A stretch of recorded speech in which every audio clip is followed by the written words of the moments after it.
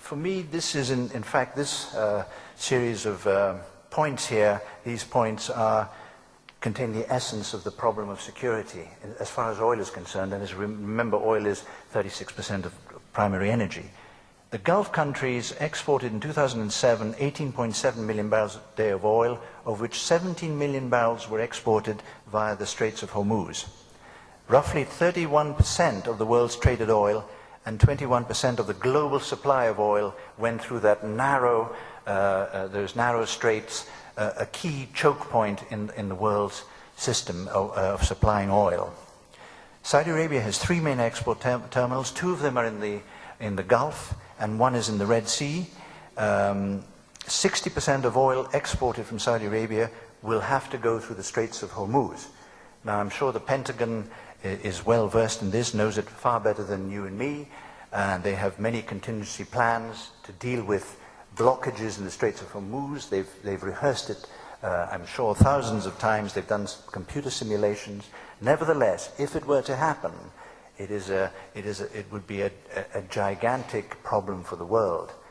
And the price of oil, if you think $147 per barrel is high, you'll be astonished as to how high it can get if something were to block the Straits of Hormuz. But there are, of course, plans, as I said, for simulating what might happen and how they could debottleneck it, how they could, for example, there's one study I know of, one case scenario when ships are sunk. It's quite a narrow and quite shallow, the straits there. So if they sunk a huge tanker, they had plans to actually send naval frogmen to blow up the tanker in situ, in the water, so that to blow it up and try to drag away the pieces, to do it as fast as they can. But can you imagine the chaos that will cause? So talking about security supply, this is the sharp end. This is the really the knife edge, and we have to tread very carefully in terms of the geopolitics with Iran, the nuclear problem, and Israel, the Middle East as a whole. We have to tread very carefully because the repercussions could be extremely serious. Switching from oil to gas, let's look at LNG first. LNG, these are LNG import shares. I haven't given you the actual numbers, the amount of oil imported. Japan and Korea's physical volumes of LNG are very much larger than the US and Europe's. But nevertheless, the US is heavily dependent on LNG from Trinidad and Tobago. Europe is heavily dependent on two countries for its LNG, Algeria and Nigeria, as you can see there from the table. China is hugely dependent for small amounts of LNG, by the way, but the amounts of LNG exported to China are increasing quite rapidly. Australia is their main source, 85% at the moment. Japan has a nicely diversified sources of supply, as you can see, from quite a number of countries. No share is greater than 20%, Indonesia and Malaysia. So the Japanese have managed to spread the risk, if you like, for their LNG imports, and they do import a lot of LNG. South Korea is similar. They import a lot from Qatar and Malaysia. So those Far Eastern countries are quite a lot more diversified. Europe heavily dependent on two countries.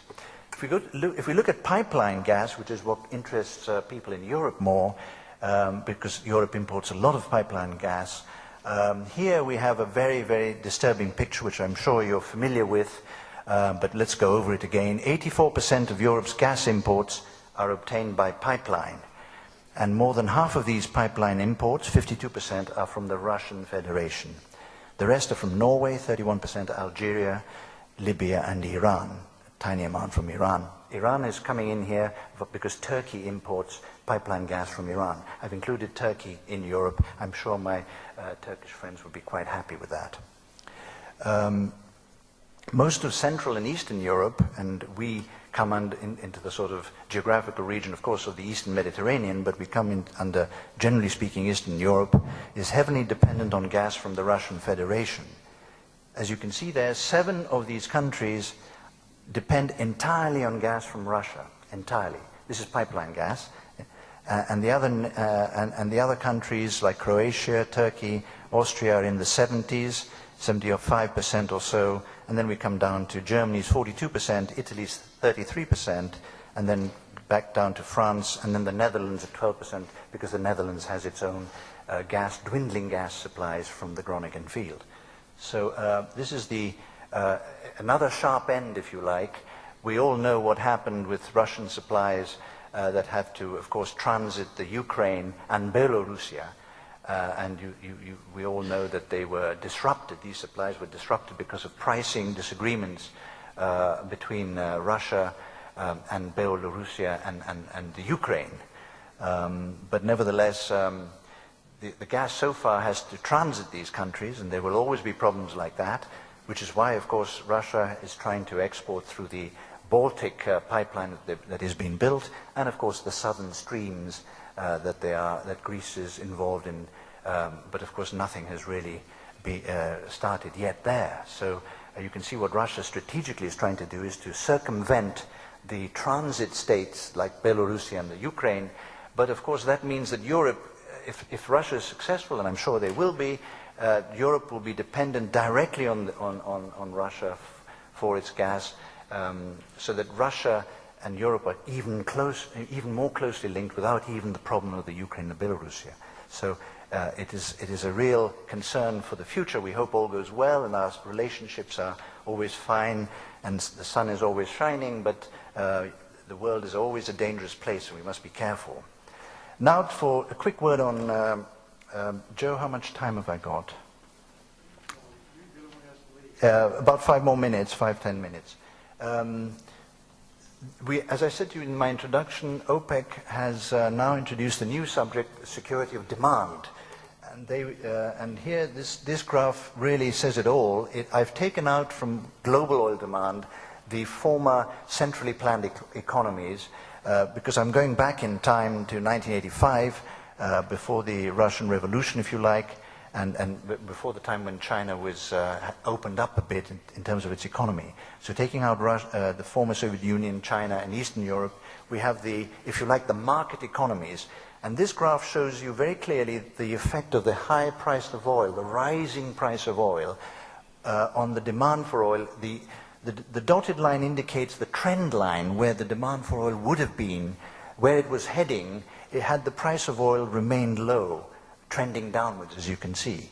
But when from 1998, 99 onwards, the price of oil started rising steeply, and of course, guess what happened?